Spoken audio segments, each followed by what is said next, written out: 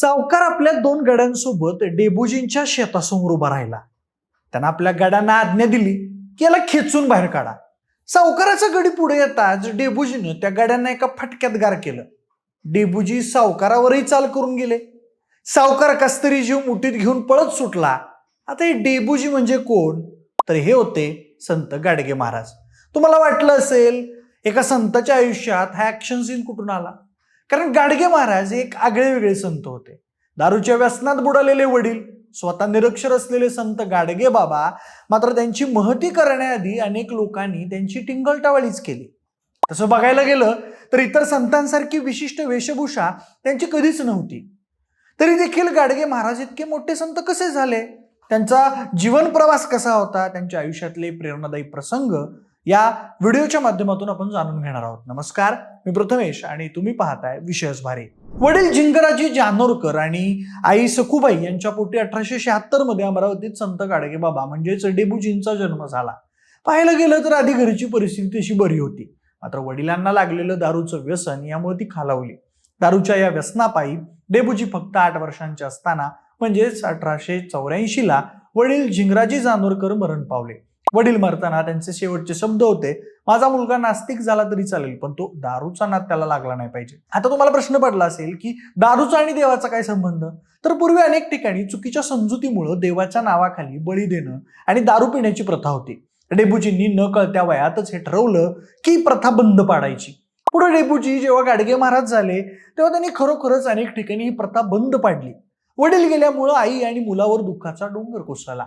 मामा चंद्रभान आणि आईचे वडील हंबीरराव यांनी या दोघांनाही आसरा दिला. डेबुजींना लहानपणापासूनच गोधनाची खूप आवड होती. ते स्वतः गुरं चरायला न्यायचे. एका सावकारानं चंद्रभान मामाला फसवून कर्जाचा डोंगर उभा केला. हे कर्ज फेडण्यासाठी डेबुजींच्या मामावर गोधन विकायची वेळ आली. या गोष्टीला डेबुजींनी कडाडून विरोध केला. जीव देईन पण गोधन विकून देणार नाही असं ते म्हणाले. डेबुजींचे जेव्हा पुढे संत गाडगे महाराज झाले तेव्हा सुद्धा त्यांनी प्राण्यांवर तितकंच प्रेम केलं. ते शिकलेले नव्हते पण त्यांना जी जाण होती ते म्हणायचे की बैल म्हातारा झाला म्हणून तुम्ही त्याला विकता, उद्या तुम्ही म्हातारे व्हाल आणि तुमची अडगळ होते म्हणून तुम्हाला उकिरड्यावर फेकलं तर चालेल का? असे दाखले देऊन त्यांनी कित्येकांची कान उघडणी केली. पुढे चंद्रभान मामा यांचं निधन झालं. डेबुजी मोठे होऊ लागले. निरक्षर असले तरी व्यवहार ज्ञान असल्यामुळं त्यांना इतकं कळत होतं की सावकार आपली फसवणूक करतोय. डेबुजींनी सावकारालाच दम भरला. माझ्या शेताकडं वाकड्या नजरेनं बघू नकोस, कर्ज केव्हाच फिटलाय, वर तू आमचं देणं लागतोस. डेबुजींच्या या शब्दांमुळं सावकाराचा अहंकार दुखावला. सावकार आपल्या 2 गड्यांसोबत डेबुजींच्या शेतासमोर उभा राहिला. त्यांनी आपल्या गड्यांना आज्ञा दिली की याला खेचून बाहेर काढा. सावकाराचे गडी पुढे येताच डेबुजींनी त्या गड्यांना एका फटक्यात गार केलं. डेबुजी सावकारावरही चाल करून गेले. सावकार कसतरी जीव मुठीत घेऊन पळत सुटला. या पद्धतीनं सावकारशाहीतून डेबुजींनी अवघ्या गावचीच मुक्तता केली. 1892 मध्ये त्यांचं कुंताबाईंशी लग्न झालं. डेबुजी सगळ्या जबाबदाऱ्या सांभाळून जमेल तशी समाजसेवा करत होते. मात्र राऊंड राऊंड त्यांच्या मनात असा विचार यायचा की जगात कितीतरी दीनदुबळे लोक आहेत, त्यांच्यासाठी काहीतरी आपण करावं.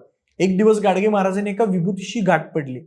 हे साधू महाराज नेमके कोण होते हे फक्त गाडगे बाबांनाच माहिती. मात्र असं म्हटलं जातं की या साधूच्या उपदेशातून गाडगे महाराजांना जीवनाचा अर्थ उमगायला लागला. 1 फेब्रुवारी 1905 दिवशी भल्या पहाटे जीवनाचं उद्दिष्ट शोधण्यासाठी 29 वर्षांचे गाडगे महाराज अंगावर फक्त एक वस्त्र, हातात एक काठी, एक गाडगं घेऊन प्रवासाला निघाले. 1905 ते 1917 या कालखंडात गाडगे बाबा साधका अवस्थेत होते. या दरम्यान त्यांनी अनेक गावं फिरली. समाजासाठी काही करायचं असेल तर समाज नेमकं काय करतो हे अगोदर जाणून घेतलं पाहिजे असं त्यांचं मत होतं. हे समजून घेण्यासाठी एक तप म्हणजेच 12 वर्ष ते फिरत राहिले. इतर संतांसारखी विशिष्ट वेशभूषा त्यांची अजिबातच नव्हती. वाढलेले केस आणि दाढी, हातात काठी आणि मडकं असा वेश बघून काही जण टिंगलटवाळी करायचे, काही जण अत्यंत अपमानास्पद वागणूक द्यायचे. मात्र संत गाडगे बाबा हे सगळं सहन करत राहिले.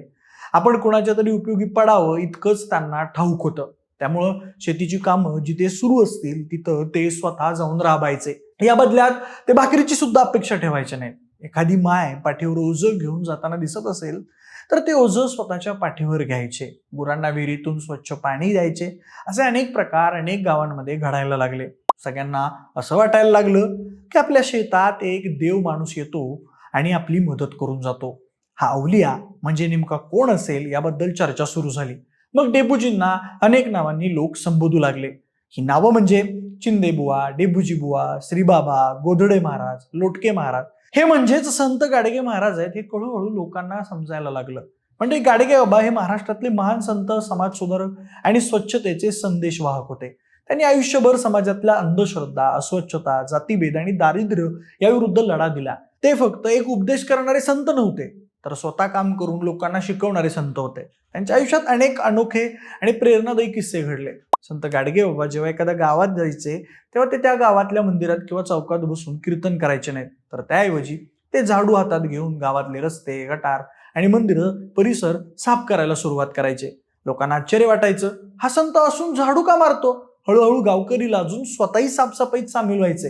मग बाबा कीर्तन करायचे आणि सांगायचे, स्वच्छता हीच खरी पूजा आहे. या कृतीतून त्यांनी लोकांना शिकवलं की देवपूजेपेक्षा समाजसेवा मोठी आहे.